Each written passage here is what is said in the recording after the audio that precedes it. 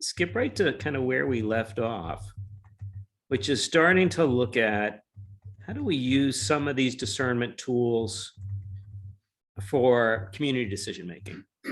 So, we looked at them a bunch last week in the individual context of how we might apply them to our own lifestyles, but how do we look at it in a parish lifestyle, style? So we've been talking about this ethic of sufficiency. And if you were with us the first week, we had this really interesting context come up specifically for Trinity around the Thanksgiving gourds. So the present reality is that there's this massive display, and I remember this from when I was a member here, this massive and amazing display of gourds at Thanksgiving, beautifully done by the Flower Guild. And Elizabeth, who was with us that first week, raised the possibility if those could be edible gourds in the future. So to me, it's a great example of present behavior is gourds. A possible behavior would be edible gourds. But what I was interested in is what's the underlying belief behind the Thanksgiving gourds in the first place?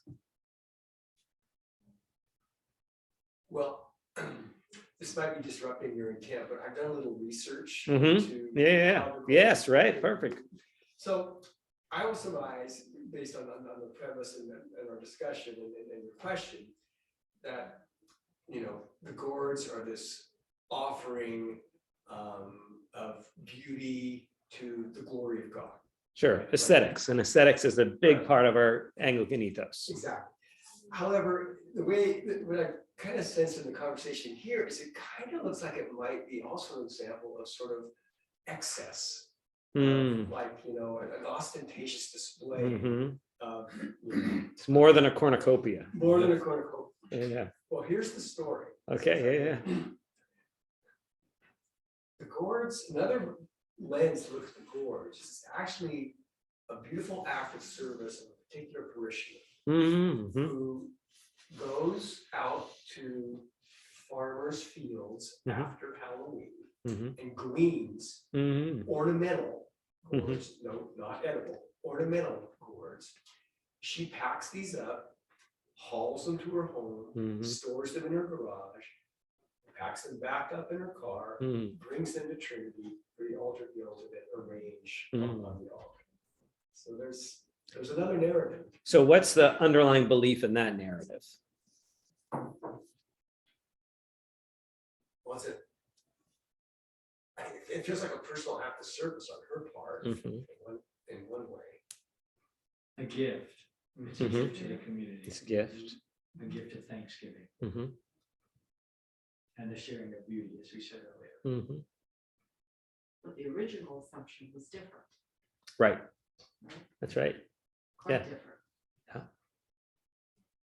Well, I think we always agreed that it was clearly aesthetic, had an aesthetic benefit, and the aesthetic ethos is one that is consistent within our tradition. And, there's no necessarily objection to that, just recognizing where that fits within our broader Anglican ethos.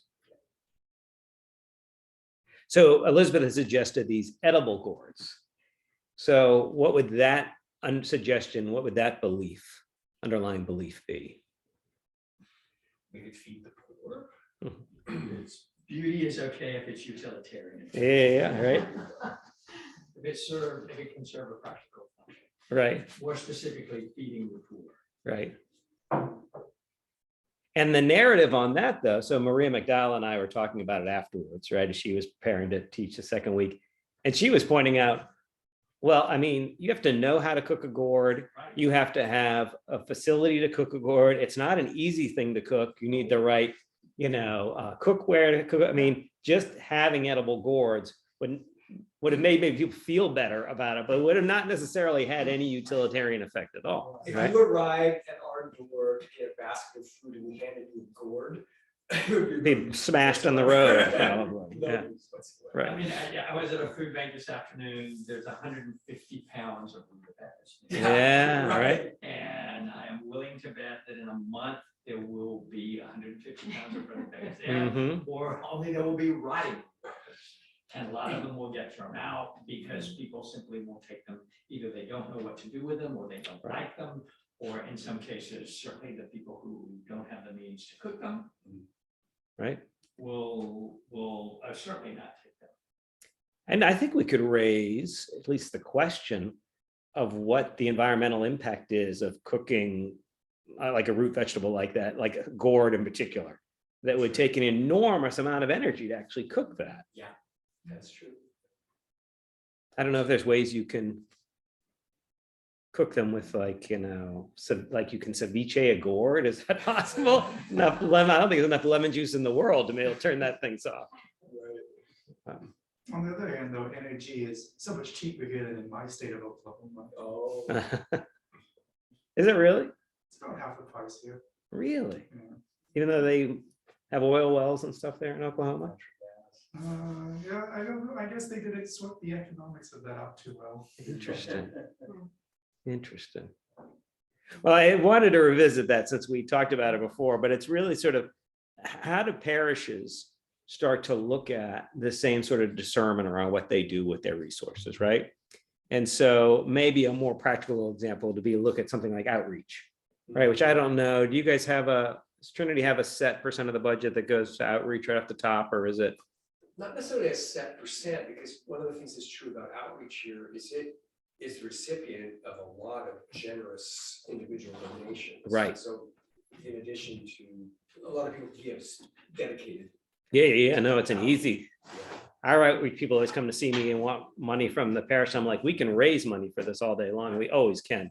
But we probably raise as much, we probably raise the equivalent of 15% of our entire budget just for outreach. Yeah. Because that's what people are interested in. Mhm. Yeah. So I mean, there definitely is a healthy budget for it, but set, I wouldn't say, because it just depends on, Mhm. you know, the specific year's giving. Is it articulated as a goal? Do you say that, like we have as a stated goal, that 10% of whatever our budget is will be outreach? Not that it comes out of necessarily the pledging budget, but that we know that by the money that we raise elsewhere, we do an auction, all those sorts of things. So it would be that. We don't have a dedicated goal. But I think a complication there is also are you thinking of a budget as a line item, or are you thinking in terms of something like activity-based costing? We do both, because some of the activity-based costing you can use for your diocesan assessment, your DPA, you can apply some of that against there. So we do that for like our rental space and things after the fact. But we are looking at a dollar-based amount also. I mean, you're thinking about how much of your time is devoted to that, and because that's also. Yeah, also ours a is big just part of the straight, cost. right? Ours is just straight dollars. In terms of one way of thinking about Right. what it costs That's right. to do whatever, to provide whatever services to whoever are being provided. Right, right, Whether then also are you thinking about the number of volunteer hours?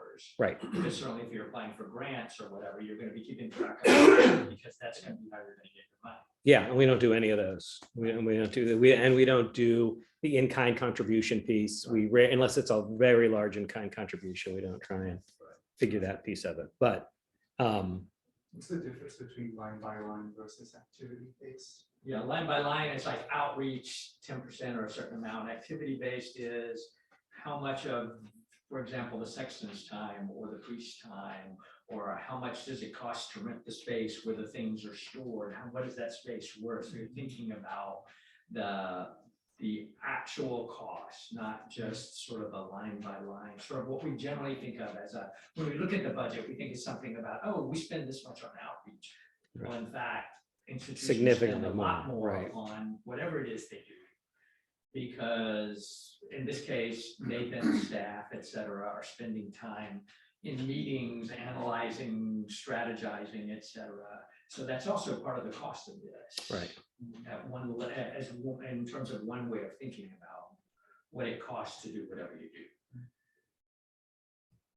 Now, if you had a more explicit goal, say you put more of a dollar number on it, would there be an advantage to that? Disadvantage?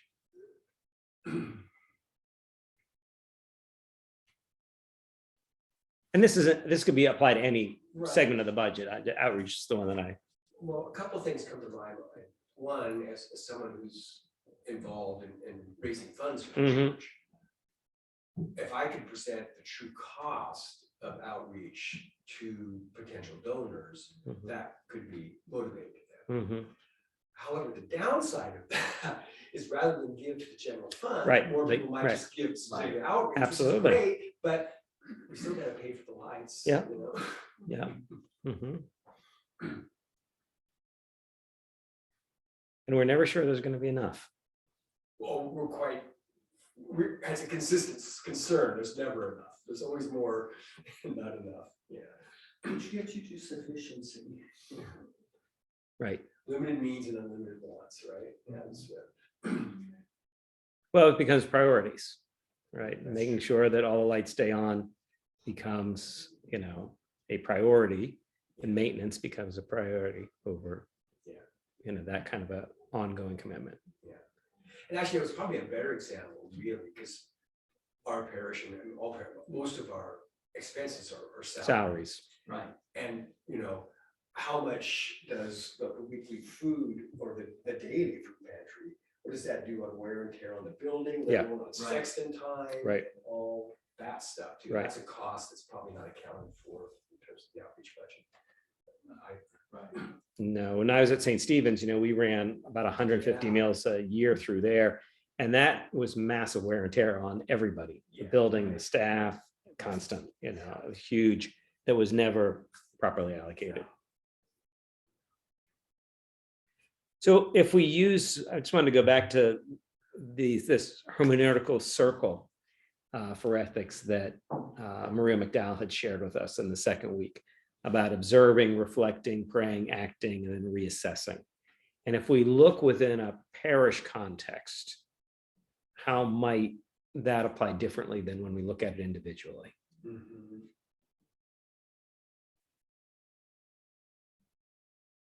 Can we even as a group do those sorts of observations? I think it's limited to Trinity for a number of reasons. The observation part. Yeah, One, our budget's complicated, right. and it's like most people don't come here wanting to get involved in that. Sure. We want the experience and services and Mhm. benefit of all that we provide. Just hope somebody else will Sure. take care of those details. But even if you were motivated, it's kind of hard to track. Mhm. It's a complicated set of information. So who plays that role then of observing? So you've got a finance committee that plays that Yeah, role. There's a finance committee and vestry. Mhm. The budget committee, finance committee, vestry, and the staff. Mhm. Couple people involved in the bookkeeping. And then I think also various commissions, because some of them are sources, some of them raise money. Mhm. They spend money, they raise money, and so they're also part of this picture at some level. Mhm. And that involves a larger circle of people. So once you have those collective observations, even if they can't get sort of as broad as you might like, what's the reflective process then? Right.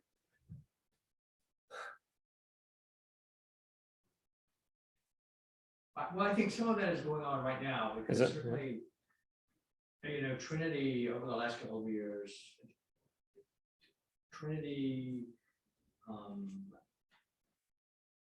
under Nathan's leadership, has set the goal of dealing with anti-racist work. Mhm. So Mhm. there has been a task force, and the Mhm. task force has made recommendations, and some Mhm. of those recommendations are indeed an act of reflecting Mhm. about what things might look like or what they should look like. Mhm.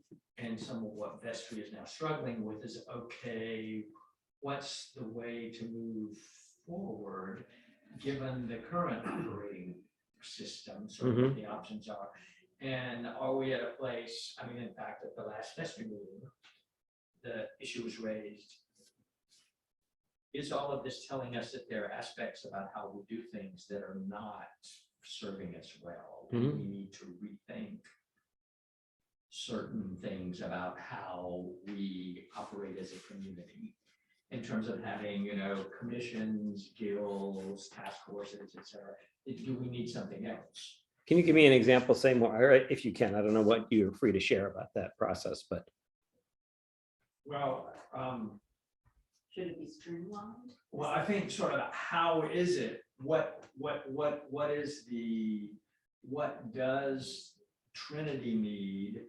Or the bigger question is, what do institutions need if they want to rethink how they do business, not in terms of just dollars and cents, but in terms of thinking about, in this particular case, issues related to racism and trying to reduce sure. and confront, reduce Mhm. racism, both in Mhm. the institution itself, but also as the institution is part of the larger community. Mhm. Because we aren't in isolation with the larger community. Sure. How does that sound? Greg, you were at that meeting. Right. And I know this simply because I'm the clerk of the vestry and I was not at that meeting, but I watched the tape last night. Yeah. So it's like- That's a lot. I was on the Trinity chapter for 3 years. Okay, That's so a- I mean, I was doing the minutes last Yeah. night, so I was listening to this whole discussion, so Right. that seems to be something that Trinity is struggling with. So a couple things about that. Yeah, Um, most institutions. that recommendation about Trinity becoming a more anti-racist, Mhm. community culture operation includes the recommendation that we hire somebody. So Okay, that gets real. Yeah. Right.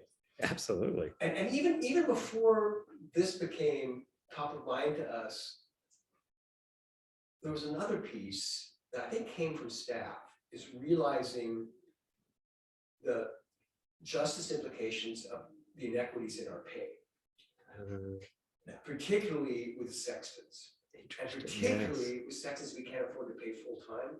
Oh, yeah, You're a part-time employee as a sexton, no benefits, that's not a livable Right. scenario, right? right? And so what do we do to lift up and sustain and support? We say all the right things about justice, right? But Right. yet still we're employing people on a level that is like inadequate. So I think this is like a great example to workshop if it's okay. I Yeah. don't know if you're getting into too sensitive an area, but just using the same behavior belief model, right?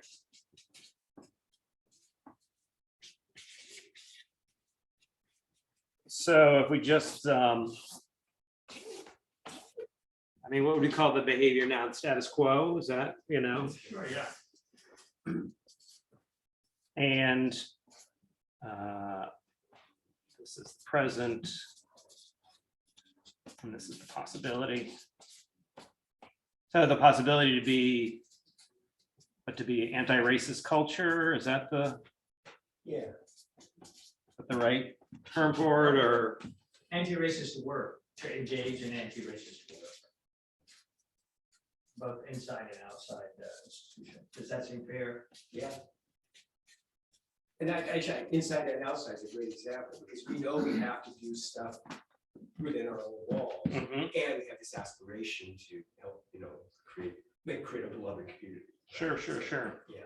And the underlying belief of status quo that got us to here where we are is, Well, the status quo got us here in good and bad ways.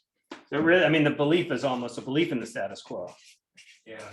right? And at some level, Has not worked. always reflective. but Right. Or examination of. Mhm. Well, because how it's manifested so often is, well, what do you mean? I'm not a racist. Sure. Right? Right. Yeah, and so, yeah. But it's, and so the belief here would be like a belief in equity, any one of the, we could have go back into the Equity, Bible justice, passages, right? that we got. Right, sure. So then it just raises the next level of, okay, that's all, we know sort of what the belief is, we know sort of what the possibility would be, but what is the actual, so you raised a real example, right, of paying the sextons more, right? Right. So, an increase in sexton pay, the present is not a livable wage.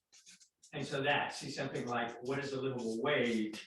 And do the people that we employ receive, in a sense, just compensation, which would be defined as a livable wage in Portland. Right. And I don't know if you were here the week we were talking about John Ryan. Yeah. Yeah, so I mean, John Ryan's, and I think that work is hugely important, right? Because how we're defining a livable wage by now, basically, is if you're above the poverty level. And that's the only measure we have, right? That between the poverty level and the 1%, it's, we agree the 1% have more than a livable wage and folks below the poverty level don't. But it's that conversation, right? About, How much does it cost to rent an apartment? Do you have healthcare? Healthcare You- insurance. Yeah, Right. all the kinds of things we were talking about last week. Yes, right. I think they should make that livable wage a regional, Mhm. right up into regions. Well, in some ways you have that, right? Because the minimum wage gets set mostly by states. I mean, there's a national one. So that's reflecting some of that. But obviously, yeah, if you're the livable wage in Ashland, well, maybe not Ashland, the livable wage in Enterprise is different than a livable wage here in Portland.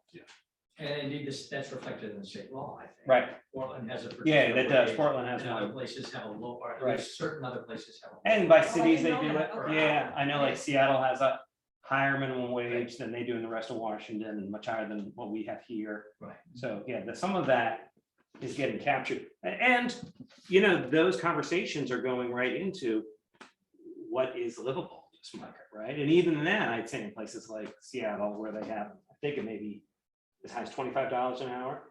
I'm not sure that's a livable wage up there. Right. So we do keep coming back to this idea, which is this, I think, the sufficiency idea.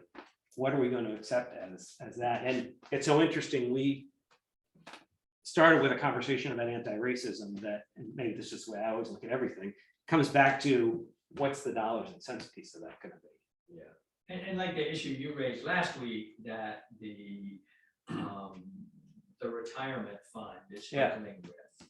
Mhm. Okay, so clergy have been dealt with one way, lay people have dealt with another. Oh, yeah, and most of those lay people are women, Right. given the history of the church, et That's right. cetera. So this really is not just about clergy versus laity. There's that vector of gender. There's certainly some other vectors in there too. It becomes a huge just equity issue. Right, exactly, yeah. Huge equity issue. And I'm not an economist or anything like that, but something that I've become more aware of is lately is how when we talk about certain groups of people who are at lower income levels or educational levels and what policies Mhm. previously did disservices to those people, like redlining, like not offering the same kind of GI benefits to Black people. Yeah. I mean, this is huge, and so generations later, the chickens Right. are roosting, Yeah, well, that was, so to speak. yeah. And so we have to be really mindful, I believe, right now, like what you're talking about, the ongoing disparity between men and women, and I don't know, maybe it's a 78 cents to woman's, to man's dollar, Oh, yeah. something like that. Yeah. But when you get to be our age, it becomes huge, because then Absolutely. then you're trying to compete. as Now, a- you look at your social security checks, it makes a huge difference in how much you've earned across your career. Yes, it That's makes a right. huge Of difference. Huge, huge difference. And then if you're married and your husband makes more money than you did, still you get charged Medicare according to the wage that he made, not Right. you. Oh, yes, this is something really, really huge, It's not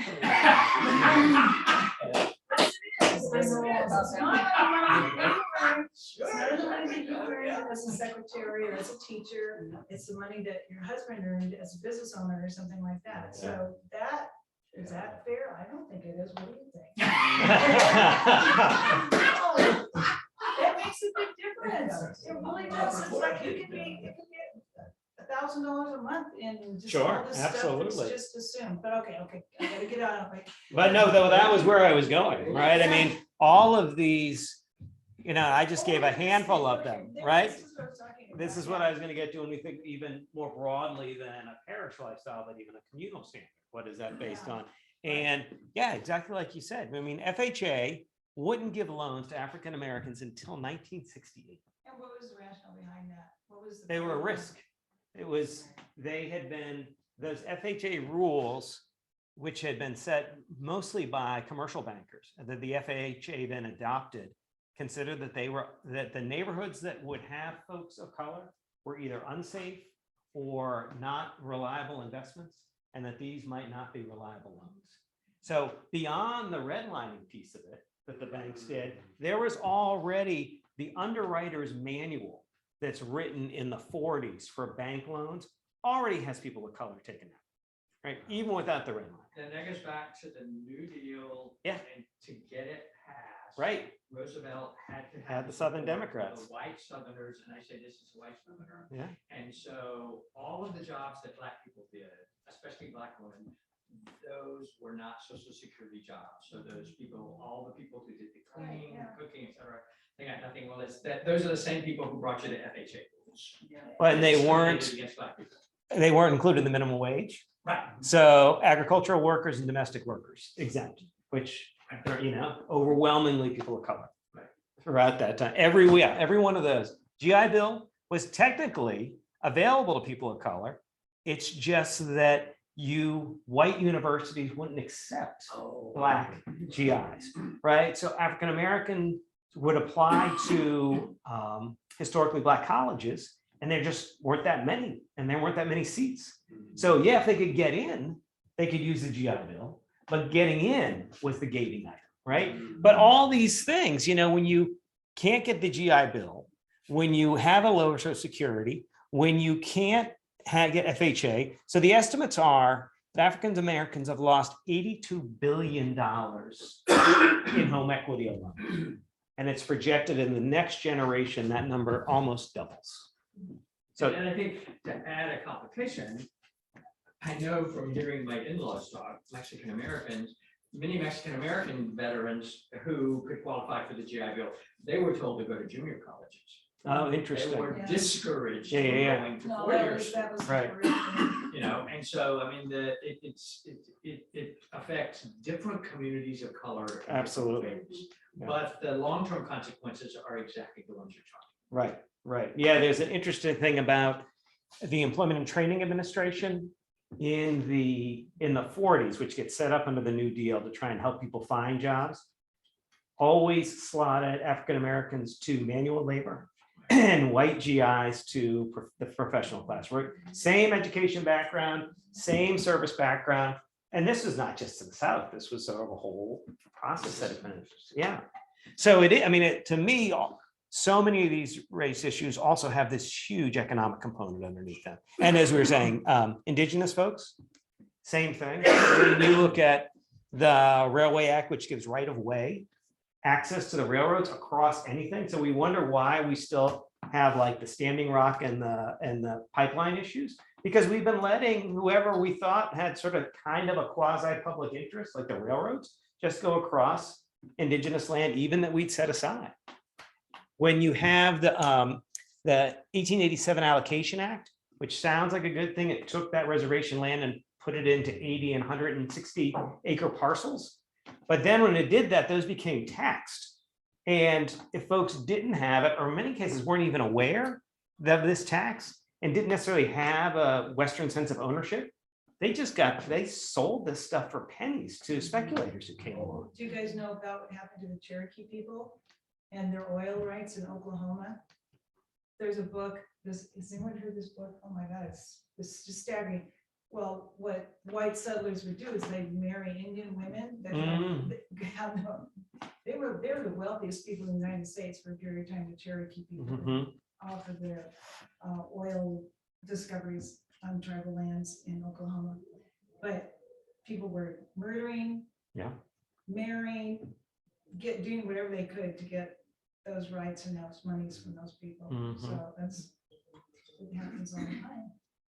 Wish I knew the name of the book. Yeah, I mean, this by 1981, the US had sold over 17 million acres that have been given to indigenous peoples. And, you know, we have all these treaties, none of which were ever honored. Asian Americans, unbelievable, you know, the ways in which, you know, Chinese Americans first come here in the 1860s. But then by 1875, so we need the immigration and the work. The economy slows. We don't need it anymore. All of a sudden, immigration is prohibited for Chinese women, right? You end up with this Exclusion Act, which prohibits immigration altogether. Obviously, you get internment, but there is between here, like I always thought, well, internment, that's the really obvious one, right? Except you go through and from 1865 until 1942, there's this escalating pattern of discrimination where, if you are Asian, you can't own anything, right? Or someone can buy things out from underneath you. I mean, it just becomes this crazy form of just discriminate, just unbelievably blatant discrimination. And as we talked about earlier, same thing with the Latinx community. California, Texas, and New Mexico, before they were annexed, had big landowners, and all those property rights were in essence ignored, where people were just, a property was just taken over, people were just killed. I mean, even there are great examples of folks who had been, served in the US military, like in the war, in like the Spanish American War on the American side, but happened to live in what had been Spanish territory. All their rights still stripped away from them afterwards. So incredible amounts of wealth that's lost. So when you look at this ongoing, I mean, what you see in all these is this ongoing pattern of taking people's property rights away, of basically not having any respect for it all. And so when you think about generational wealth, systemic wealth, money systems, I mean, you see this ongoing pattern that is really white supremacy in its most blatant economic forms. And I might argue it's most insidious, right? Because then you set up a system that allows people to be dominated in this way. Women, we talked about before, right? 10%, over 10% of people living in poverty, women versus 9% of men right now. Until 1970, women could not apply for their own credit card, right? So access to capital is still a huge gating item for women entrepreneurs globally. And there's lots of, now people at least talking about it, but huge barrier to any kind of wealth creation. You look at the numbers at the higher end, the billionaires in the world, it's 90% men, very small group of women for the most part. And it's not really until 1809 when Connecticut is the first, so not that long ago, really, right? When it's not until then that women can even execute contracts and wills. So, and it's not, many of those states continue with that kind of prohibition on women being involved in business well into the 50s and 60s. And then obviously trans folks, where our research is really still pretty new here. Most of this is based on some stuff they've done out of Harvard, but where trans folks are living, 38% of BIPOC trans folks living in poverty right now, right? No protections in housing and employment. So if somebody is trans, they can't get protection because they've been discriminated because they're trans. It can't be based, they can say if they've got a disability, then they can use the disability, but the disability can't be related to being trans or there's no protections at all. And so there's no protection on housing, employment, any of those levels. So the levels of discrimination that you see, even when you look at the BIPOC queer community versus the BIPOC trans community, the numbers are a good 1,000 basis points difference. It's a good 10 to 15% delta that you get in those numbers. Now, this is all pretty new. There's not a lot that's been done. This is mostly just based on survey work at this point that they've been doing at Harvard, at the Harvard Medical School, but really interesting places. So when confronted with all of these, and then obviously the LGBTQ community as well, right? Huge, huge challenges still. Fair Housing Act, it's not really, it's still not protecting folks, right? You've got to establish that you were discriminated on housing based on either outright gender or race, but non-sexual orientation at this point, still not protected. And so you can see the difference, but you're still seeing massive, still hiring discrimination, wage discrimination, all the way through.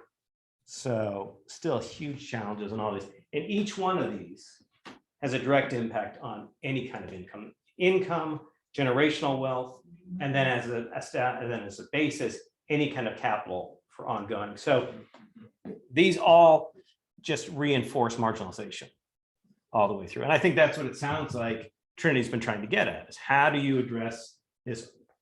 Not only, it sounds like more than just race, but it sounds like race has been the focal point that goes to what do you do to really become a community that embraces equity? So I have a question. If we added up all these different groups that face discrimination, lower wages or something like that, it seems like it's kind of tipping to the preponderance of people are in some ways at a disadvantage. Is that? Well, hey, women are the majority, so it's Right. much already. Right. It's a I mean, preponderance. so what kind of world is that? Well, at least the majority. Even if you are the person that's not being discriminated against, if all of your fellow humans around you are in various types of pain, financial, economic, emotional, mental, from their relationship to the, or the way the world perceives or the way the law. Sure. Yeah, it's pretty grim. So if they think for African Americans, the lost just property income, right? It's 82, lost property value, it's $82 billion. I mean, what would it be collectively across all these communities, right? You know, we're talking about trillions of dollars that have come out of this sort of behavior, right? So it gets to, if the behavior we're seeing is economic inequality, pretty well demonstrated in all these, right? And the goal is equality or equity. You know, the underlying belief in that at least I hear for this economic inequality is some kind of rugged individualism type notion, some sort of vague hand waving, that really sort of just a form of white supremacy. That's kind of basically the underlying belief there. What belief gets us to more of an equity or equality? What belief counteracts? Rugged individual. Yeah. Community caring Mhm. or something like that. Mhm. You know, like support. from Body others. Christ, we're all one. Yeah. Right. The idea of church, you know, broadly. Compassion. Mhm. Just a little vague and abstract and kind of confused because the term usually applied to the environment, but sustainability. Yeah. In that when these kind of inequities and disparities exist, the system can't be stable, Right. right? There's going to be destabilization, chronic destabilization, and it's going to be suppressed for a while, and then it's going to appear, and you know then it'll be suppressed again.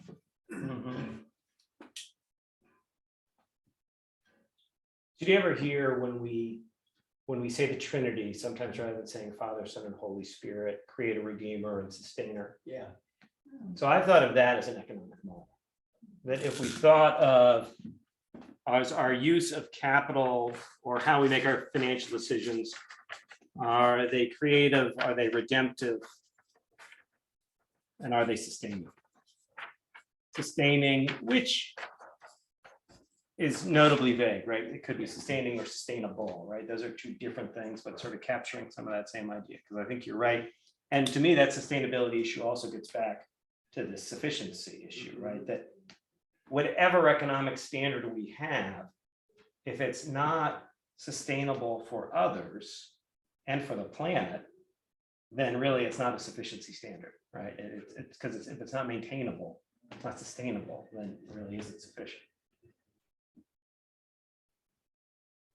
How do we look at some of these things? So here are one of the end goals of kind of having this conversation is what does a community do?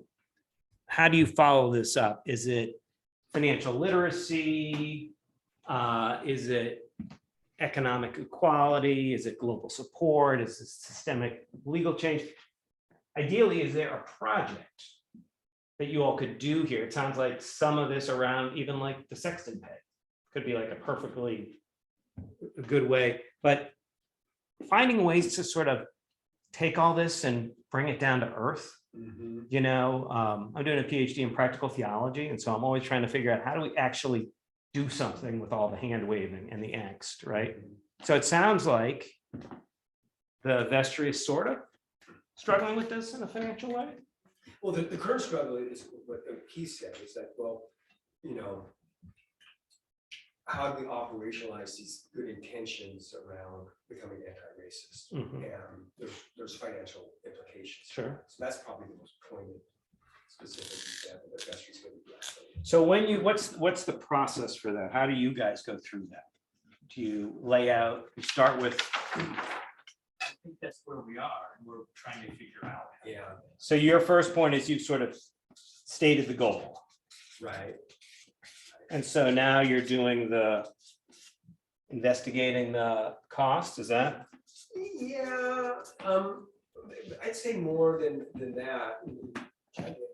It's because, I mean, ultimately, well, staffing is not necessarily a vestry decision, right? That's the dean's decision. Vestry does definitely have something to say about the budget, so it's a little, it's a little sort of shared responsibility. Sure. But before we're getting into that, I think we're exploring, first, we're sort of socializing the idea out into the community, right? So I think there's going to be some dialogue and conversations in a broader circle. So you're sort of doing this observing, maybe reflecting a bit, Reflecting, yeah, coming The back. larger community. Yeah. yeah. And some of it is, I think, the larger challenge of all of this kind of work wherever it's happening. And that is helping people think about what is it, what are the goals here? Is it purely optical diversity, Right. as some Mhm. people would call it? Mhm. Because, oh yes, in other words, the idea is if I look around and see lots of people of color, that makes me as a white person feel good. Right. Even if those people are just like me because they're all from the same social class, et cetera. Right. Or are we thinking in terms of something different? Right. Because if we look, and I say this as a retired professor, if you Right. look at most university campuses where diversity is one of the key things, and you look at who the folks who are there, well, you see that they're generally not American-born people of color from the poorer classes. It's not representative. It is not representative of American society. Right. Most of the professors of color and many of the graduate students of color are the children of immigrants who are from fairly elite families, or they wouldn't have been able to immigrate here in the first place because of our immigration laws. Sure. And if even the same thing about who's getting in, who's staying in, who's graduating, all of that. Well, okay, so is the idea of diversity to make people feel good because of the pictures that can show up in the promotion literature? Right. Or is it to rethink and try to say, we really want a different kind of institution?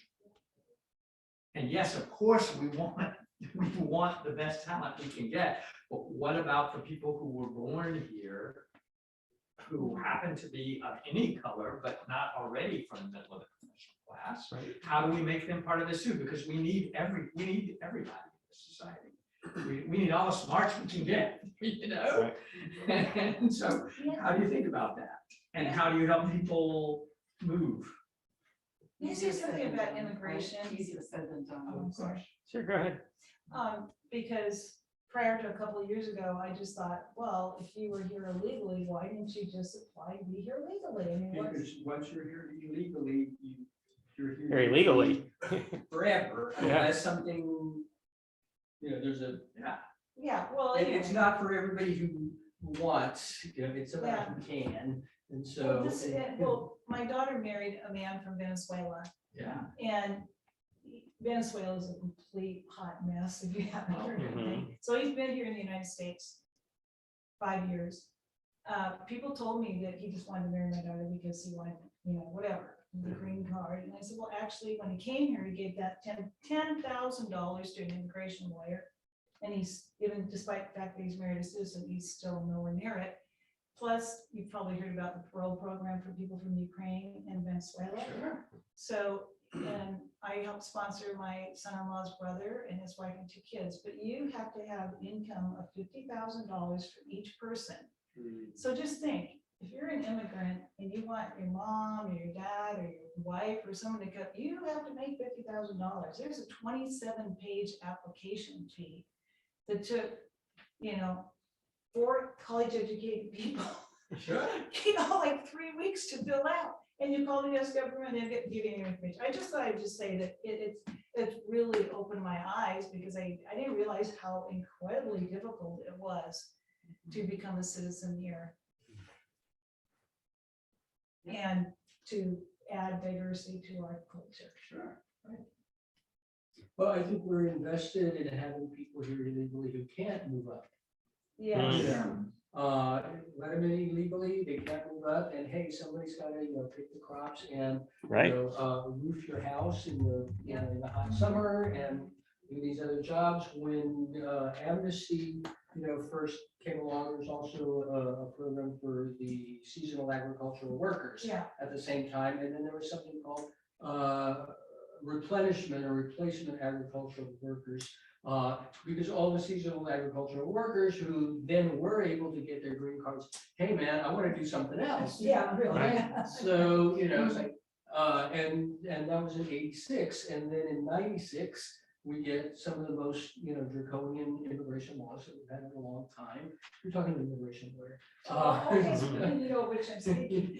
And Okay. so, it wasn't surprising to me, looking back, that we'd have something, very liberal, and we're going to, let a lot of people in, and, it's actually an amnesty. And then now it's going to be much, much more difficult because, hey, we need people to be here and not be able to move up. And I don't know if people were really thinking that, but that's certainly the result. Yeah. And all this racism fits really conveniently into that. Oh, Right, it allows us to continue to justify having this marginalized class, right, that we need, right, this underpaid, marginalized class that just continues to flourish It's a around. perpetual cycle, Mhm, Right, mhm. right, yeah. that Yeah. just continues. That's right. you know.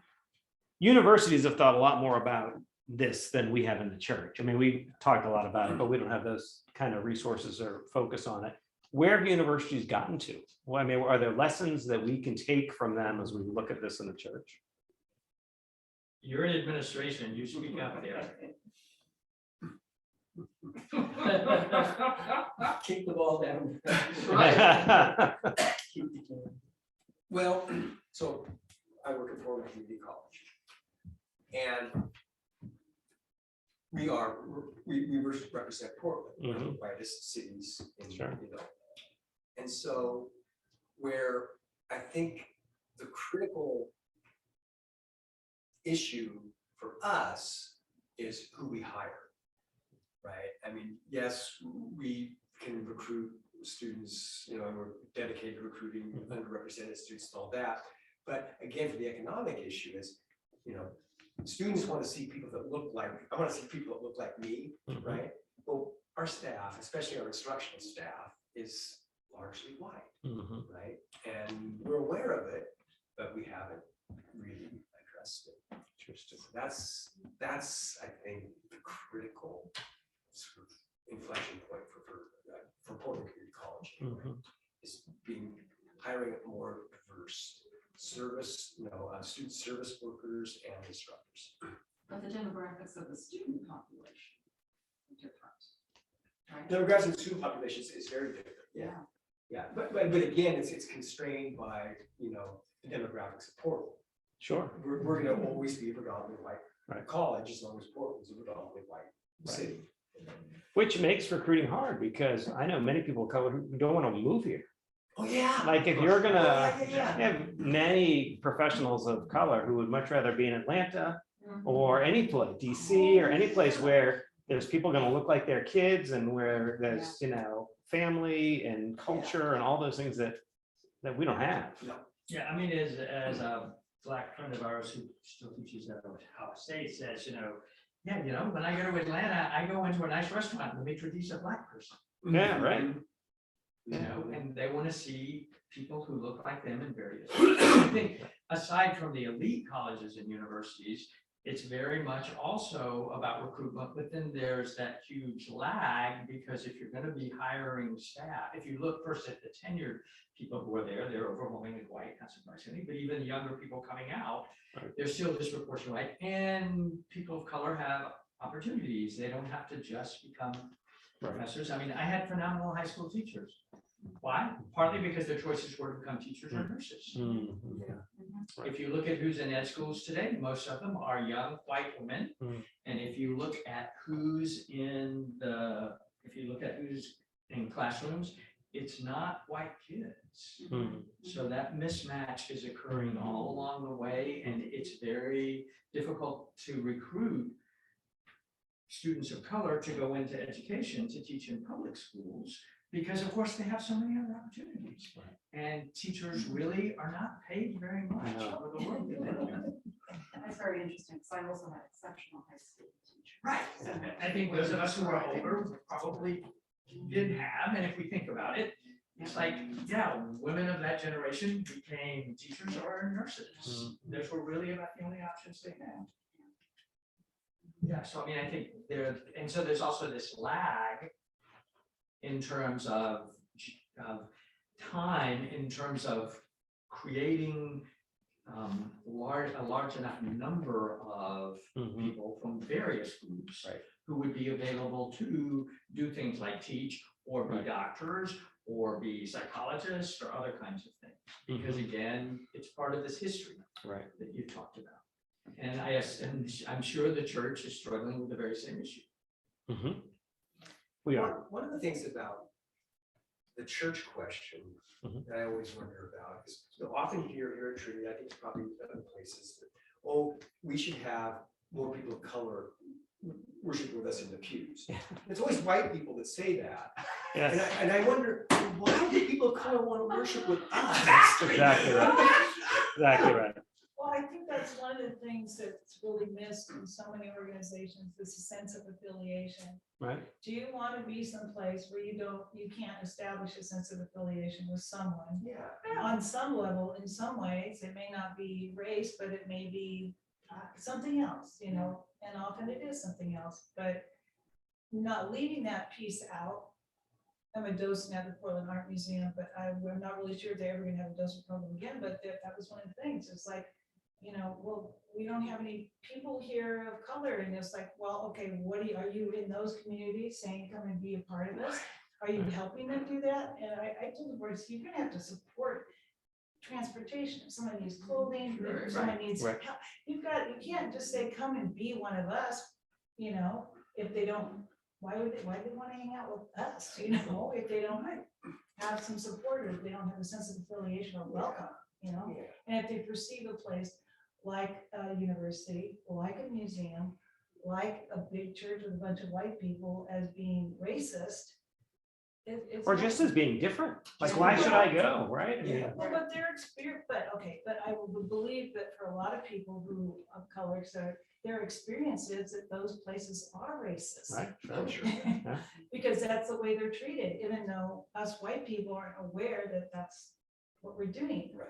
It's in the things that you say, the questions you ask, it's your Exactly. body posture. I mean, it's just communicated in a multitude of ways. That's, We've been struggling with this in Wilsonville because about 20% of the population is Latino. So we started a Spanish service 3 years ago, right before the pandemic, and the pandemic kind of screwed it all up. But that's the majority of where our outreach effort goes. And it was only recently that we recognized that if we called folks who were in our outreach program on the phone, rather than sending them flyers or whatever, invited them to come to church.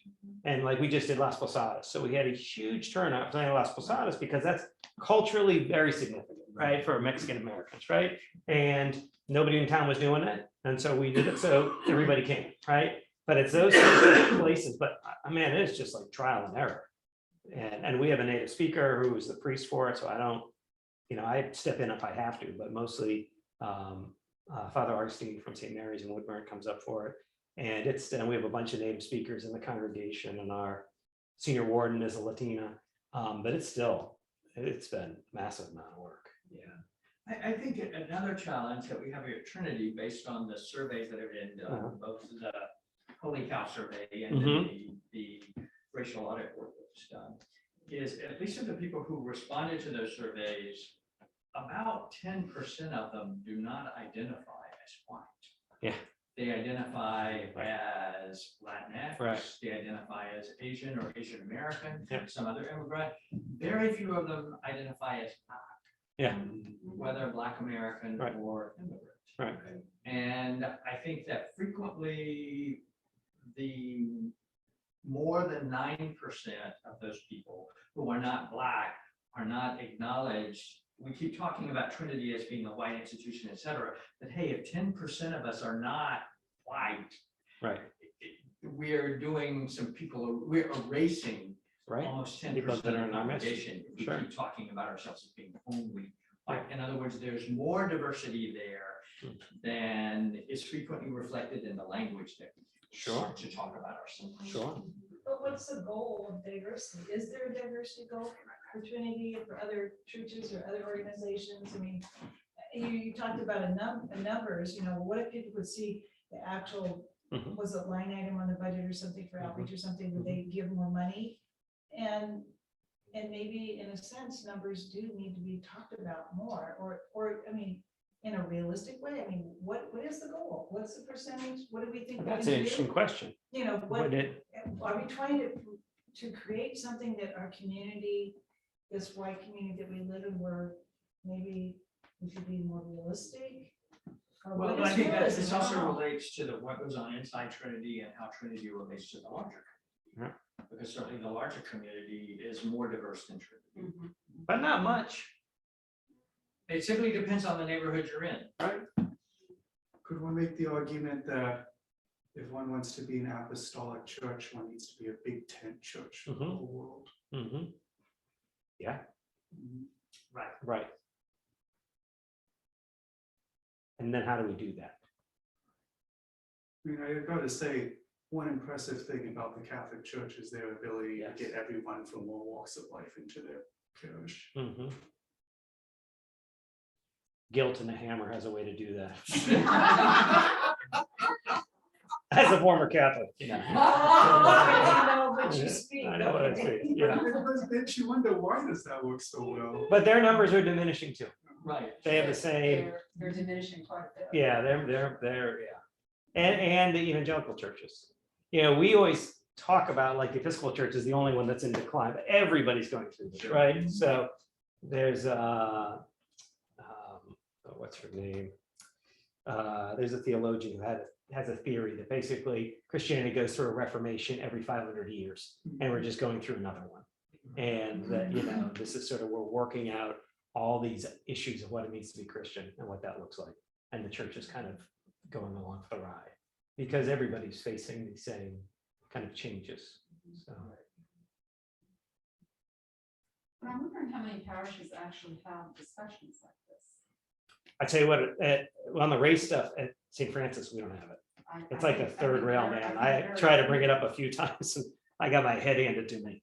People do not want to talk it. So that's why we've gone down the Latino route. So I figured if we have a Latinx community that people start to engage with, then maybe immigration is not a political issue. It's their Juan's issue, right? You know, it's a family issue.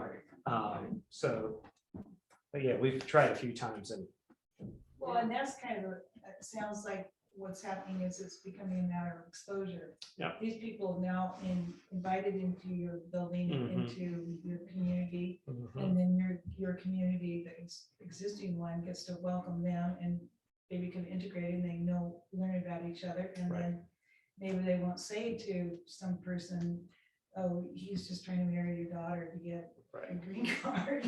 Right. It really is trying to build a Like, relationship. I heard that several times, actually. Yeah. From people, I said, oh, and I didn't really know how to answer it. Right. So I don't know, you know, within the church, we're all taking sacred ground, all the clergy are being trained in that, that's being offered at all the parishes. But we offered it and, you know, we're obviously not anywhere near as big as Trinity, but we probably have like 150 on a Sunday.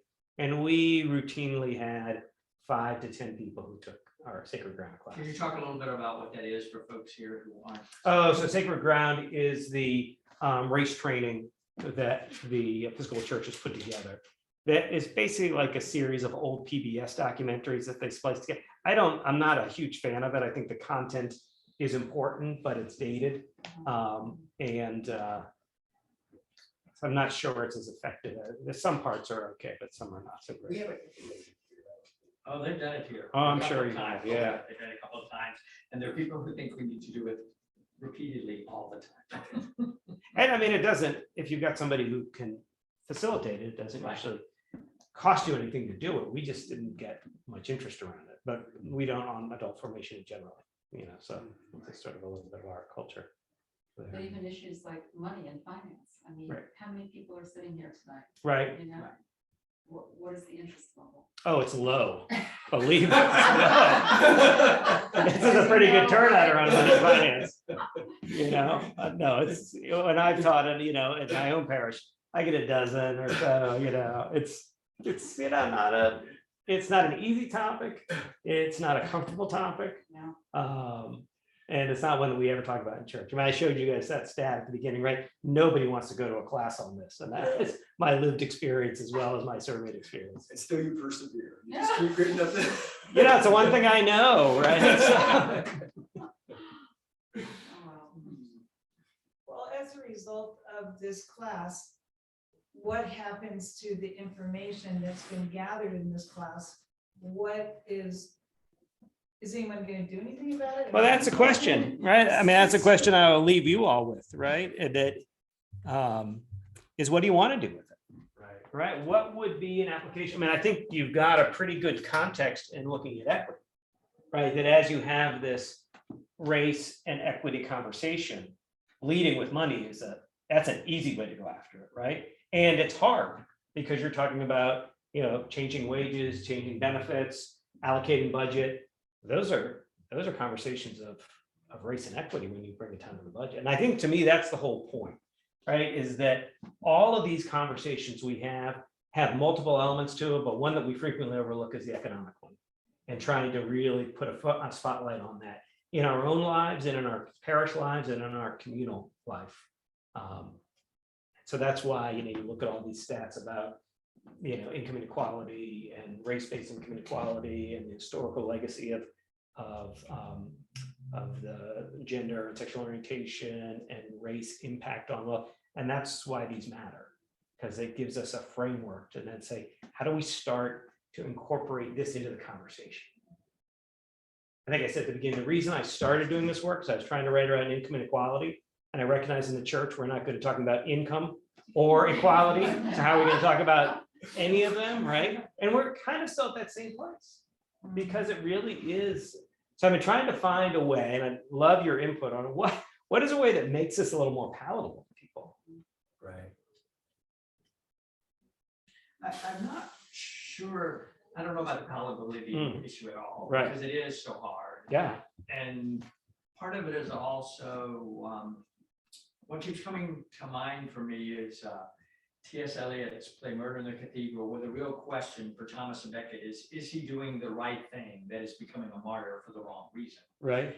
And that's the moral dilemma at that Yes. play. And a lot of these things are also about that, because there are clearly people who say, oh yes, we should, a certain part of our endowment should be going toward this work. Well, So this equity work. okay, right, so this equity work, Yeah. and that may be true, Sure, that sure. may be something the community decides Right. to do, but then there's the issue of, okay, why? Or what is it? How do you even, What is it? if we give 10% to Why? this, is that gonna, Turning to what is it? right? But then the why part, because, okay, so if we do that, do you sleep better at night? Right. Do you think Jesus is gonna love you more? Right. Do you think? Yeah, what's the you're gonna feel underlying less belief? Guilty, I mean, so there's the motivational piece of Right. it, as well as the outcomes part. Yeah. Well, how do you measure equity work? I mean, how do you measure it? How do you measure that it's doing something in the community? How do you measure Or the success? How do you Right. measure Well, success? yeah, I mean, what's your Progress. progress? What's the Or progress? even doing something, how do you measure doing something? Yeah. Well, I mean, Maybe that's the conversation Trinity needs to have. Yeah. What would it, or maybe you've had that, what does that look like? How do when you know when you've made progress on equity here? That's a really good question. I mean, okay, a similar, a more concrete example is the whole issue of a land acknowledgement. Yeah. And land acknowledgements Yes. are so very common, Very at least common. in the Northwest. They're not common everywhere in the country.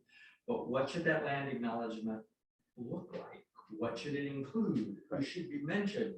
Should there be something about action there? I mean, Yeah. you know, I have a screenshot that a friend sent to me. you went to a theater festival in Toronto, and before the performance, it said, in lieu of a land acknowledgement, we support this organization. Yeah. We encourage you to visit this website and give if you feel so led. Right. In other words, the idea that, okay, a land acknowledgement generally doesn't change it. Right. But Yeah, it maybe does I- raise What are we people's doing? awareness, Yeah. because if you Wow. did a true land acknowledgement for this piece of land, that you could list a whole lot of different tribes, you know? Sure. You might even have to include, I don't know, you know, the Hawaiians were here, the Chinese were on the coast, that is, you know, Sure. the Japanese were here, I mean, and people go like, wow, I didn't know that, you know? Right. But people also don't want to deal with that history. And does It's that- very uncomfortable. It's very It's very uncomfortable because it Right. very quickly reminds them that I will just say, if you own property in the city, you have profited from exactly the system. Right. Right. that Brendan was talking That's about. right. Right. And there's no way around it. Right. And people really don't want to be reminded of that. Right. And would giving money, like in that example, the Canadian example, would that make a difference? Depends on the organization. And they, I mean, and they have said, okay, here's what we've done. It's separate. Right. And there's at least one Episcopal church in town that works with one of the local or indigenous organizations, and that one is mentioned in their land acknowledgement. And there are places, you know, the Methodists, I might have mentioned this, they gave the land that they have as an enterprise back to the Nez Perce. Now, I happen to know that the church was failing and they weren't going to get much for it anyway. So it's an awesome headline, but knowing the economics of it, it wasn't a huge sacrifice, probably actually removed the liability that the conference was going to have. So the same thing here, at least one of the churches here in our diocese, Yeah. they returned the land. Yeah, Not in Portland, it's one of the small, Sure. for lack of a better term, yeah. dying, Yeah. failing, not successful congregations in what rural areas. Mhm. And they returned the land to the Yeah. And Do yes, they and it was want it? written, That's the question. it was written up in the, weekly diocesan thing and all that. Yeah. Those are nice gestures that, I think that's Keith's And point, it's right? not that gestures don't matter. Right, No, absolutely. They do matter. I think you're pushing us to get to something a bit more concrete. Well, to me, it always matters if there's money attached to it, right? I mean, so if you start to put your money where your mouth is on these things, then I think it matters a little bit more. But getting folks to do that is tricky. Maybe we can see goals as diffuse, like if you, it's sort of just sort of a general sprinkling and misting or something like that, or an infusion, you straight into your vein. Mhm. And one of the things that I think that this organization is, we need to think about how you're helping people. And I know that it's wonderful to feed, Mhm. all that's is extremely important, but is there someone that we can point to and say, Trinity Church found housing for this person, is Yeah. paying for housing for this person, is paying for their health insurance, Mhm. is buying them a bus card, making sure they have food on their shelves. I mean, it may be only one person or 10 people or something like that, but to me, that would seem concrete. That would seem like something has happened, because I would guess you probably do. I mean, Trinity's been doing outreach here for a long time. I guess is there some of those success stories? They might not be highlighted. well, but they're not being publicized. Right, maybe not. And if you see a face attached to something, you're like, Mhm. George and Susan now have a home for Right. them and their toddler, they were on the street, Mhm. thanks to you Trinitarians, or something like that, I don't know, Mhm. that would affect me or make me feel like something was happening. So would that make you more inclined to give to outreach then? If there was like a group, a bulletin board with pictures, because I'm a visual person, there was a family and you could like donate to that family in a substantive way, and you knew that that money went to them. Right. To like that electrical bill is gonna be paid to that family, and it's $99, and Paula Daplin, do you want to pay their electrical bill this month? I'd be like that, Right. And that to Because me it's goes real. back to our, we talked about those emotional pillars. Jonathan A talked about that we Episcopalians were big on the care pillar. Right? I mean, the care and the equality pillar. There must be a faster way to get back to all this stuff. Right? I mean, like, care is a big one for us. and fairness. Right? Those are the ones that that resonate. Okay, a very different approach. Mhm. A few years ago, some African-American leaders were invited to speak to vestry. And one of them made the point, she said, this is Trinity. There's a lot of social capital here. Yeah, that's right. If the people at Trinity would do things like write letters, go Mhm. to city hall meetings, Yep. buttonhole the people they know in Yep. various offices Well, in yeah. the city, Mhm. some things would happen about housing that are not happening. Right. Yeah, that's a really good point. And they said that would really benefit our community. Sure. And so that's a very different way of thinking about. Yeah, I some mean, issues that's particularly related to equity. social capital is as valuable as liquid capital. So did that happen? Well, I think it happened to some extent, but the issue is again, thinking about, okay, so how do you go about doing How do you that? institutionalize And that, who's right? going to organize Right. that kind of concerted effort? Because of course, as I assume those Black leaders would remind us, you don't ever get to take a vacation from this kind of work. No. If you get into it, you're gonna be doing it forever, or it's not gonna get done. That's right.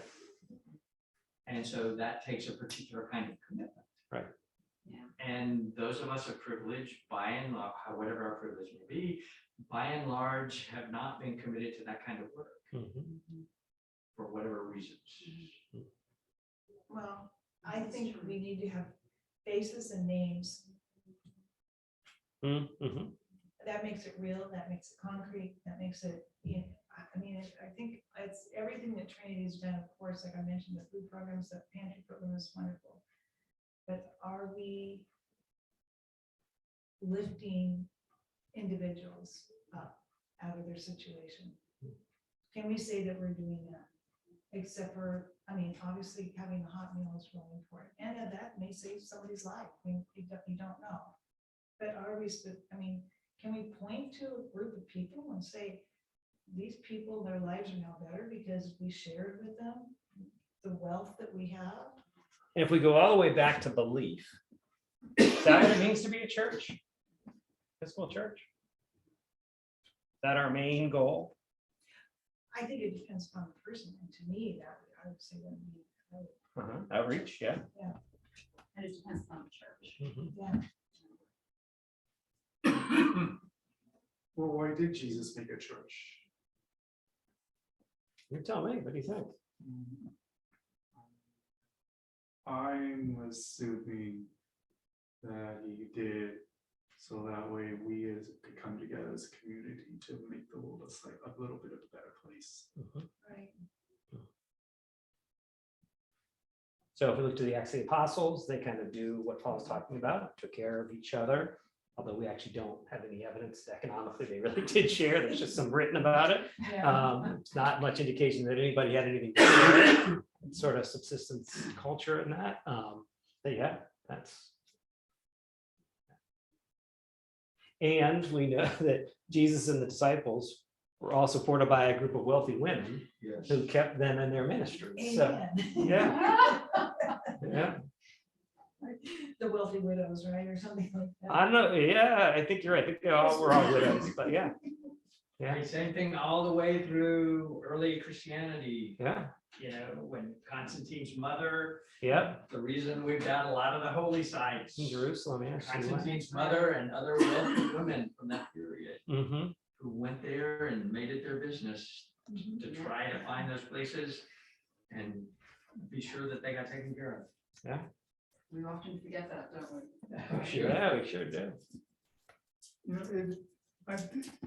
You know, it kind of reminds me of there's this movement in Protestantism called like the Restorationist churches, and some examples are like the Church of Christ. Mhm. And they're really obsessed with recreating their idea of what first, second century church liturgy is like. So, for Mhm. example, they don't believe in playing musical instruments Mhm. because they thought, oh, they didn't have it back then.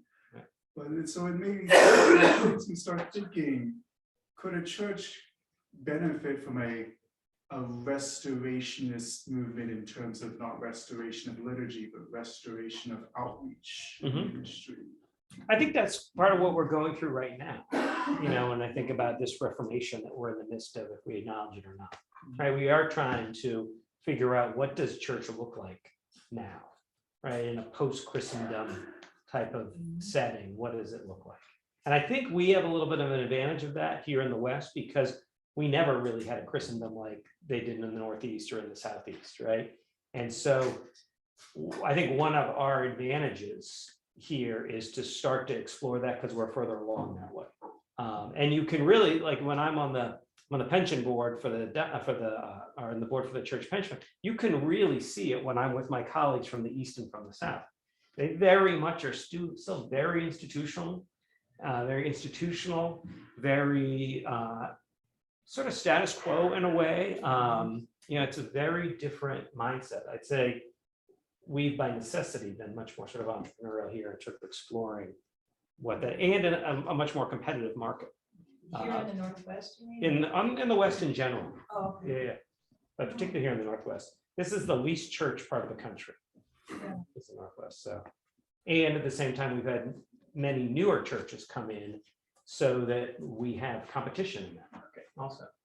I live right next door to Pioneer Square. I noticed that there are so many new evangelical churches that do have some sort of presence on Pioneer Square. Right. There's these groups of people that stand on the corners promoting Bible study Right. classes. Or I remember just a week ago, there was this Ukrainian-based church who was doing a worship service on the square. Mhm. Oh, huh.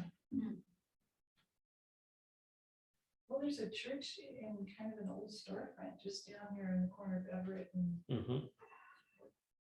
Yeah. 14th or something, or there was, because I parked and then walked by them. And Right. it was all young people, Right. all worship, worship music, basically, probably most of the service. Yep. Rock band, etc. Mhm.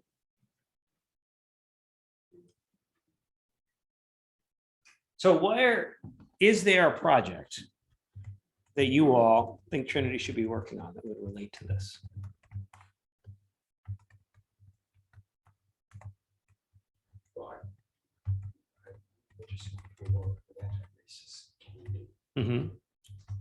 So this would certainly, this is certainly a way to do this, right? You could look at these economic issues. You've been talking about race from one context. You start to look at it through this other lens of economics, it changes the conversation.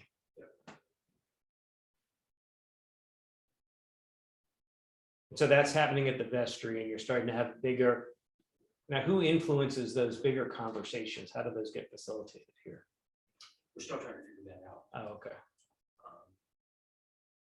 But we'll be figuring it out pretty soon. And is economics part of that conversation? Well, yes, of course, because as I mentioned, part of the consideration says, do we need to hire staff?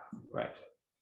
Also, even things like contracts. Yeah. And contracts, yeah. Who your contractors are, you mean? Who you- Yeah, Contracts above $10,000, what are the requirements for Mhm. how many bids you get and who you get them from, or how you go about getting them? Right, sure, In a way that on the one hand can get the work done, right, because after all, there may not be sure. minority-owned businesses that can do certain things like stained glass work. Right. Maybe there are, but maybe not. Right.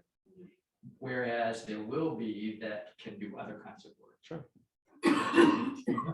Mhm. And so it's thinking about the policy and, the operational manual, Mhm. as well as other sorts of things. Mhm. And that would roll into our hiring practices as well. Yep. you know. And so there'll be tangible opportunities to manifest these good intentions into something real. And I love the question you raised, or maybe you raised, is that, well, how will we know when we get there? Right? When have we become anti-racist, right? Of course, we never will, but what are we gonna measure? Right. Is it gonna be, we paid the heating bill for 3 families who live below the poverty line? Or is it gonna be something else, right? We've got to assess that as well. if we take, for example, the music commission and the work of the music commission and just the music ministry here, Mhm. since the murder of George Floyd, there is clearly, I mean, we can point to the fact that there's actually a diversity fund to commission new music. Mhm, And indeed, there have been people of color who have been paid to write mhm, music. mhm. There's been a clear effort to have a more ethnically diverse group of performers here, whether the sort of organists who were invited Yep. or the people who are singing in the choir. This is really economic. That's At one level. Yep. It is also educational, it is Right. exposing people who do come to the fact that, oh yeah, right. But it's also showing up in other ways in terms of the music that's used in the liturgy. Mhm. And ultimately, this is also economic because you're paying the rights to somebody. Absolutely. You know, so I think that there are places where you see little things happening that really do have economic consequences. If we're thinking in broad terms, they're not necessarily directly the carrying ones. Are we paying someone's electricity bill? But they're reshaping the culture in some ways, and they do have economic consequences for at least some individuals of color. Right, and you're pulling that thread all the way through. Right, And the exactly. beauty of an institution the size of Trinity is that you can impact a lot of different areas, right? You can do that with music that probably no other Episcopal church in the diocese could do, right? You can do that with outreach, you can do that you can do that with an employee manual, with a contracting policy that nobody else has the resources to even do, right? Let alone the diocese for that matter.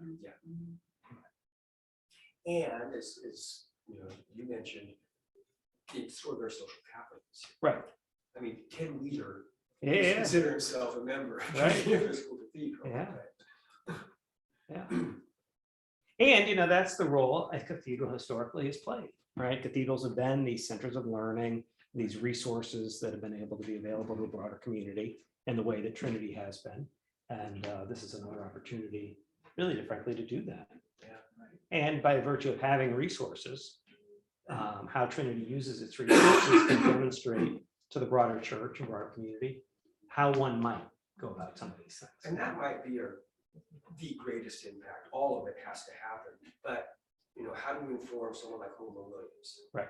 who also attends here and is actively involved in housing equity? Be more intentional about that. It could also be something. Well, Homer specifically is on the Bishop's redevelopment committee with me. Okay. Yeah, so I saw him yesterday.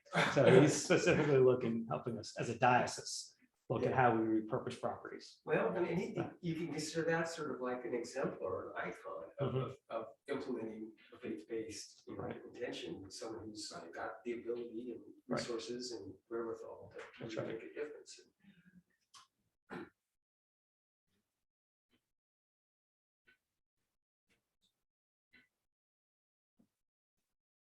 Other thoughts? This is about all I have for materials, but it's an ongoing, living, breathing conversation. My hope is that you all just continue it. If you're looking for more techniques for how to do that, I have 2 books that I've written about it.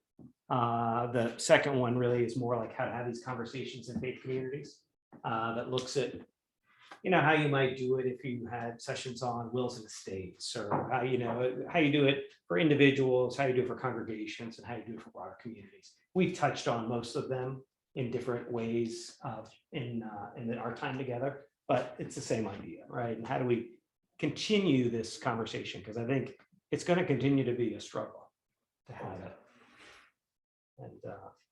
And what did your first book focus on? Is it pretty much This one is just financial anxiety. It just really is most of the materials we had in this. Yeah, and the other one was, again, when I started doing this, we couldn't talk about income inequality because we couldn't talk about income. So it was really, how do we start talking theologically about money in congregations? Because I didn't see any other institution that was going to do it. And, I don't know that we're particularly well versed at doing it, but presumably these are communities where we have a little higher level of trust and feel a little safer. So maybe there are places we can have some of these a little bit harder conversations.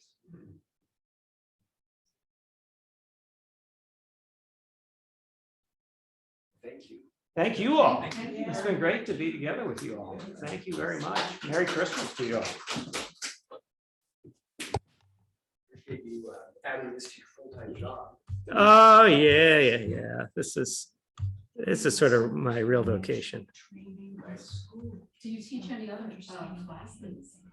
Nope. This is the first one I've taught. I do our adult formation. And so that we've done a lot of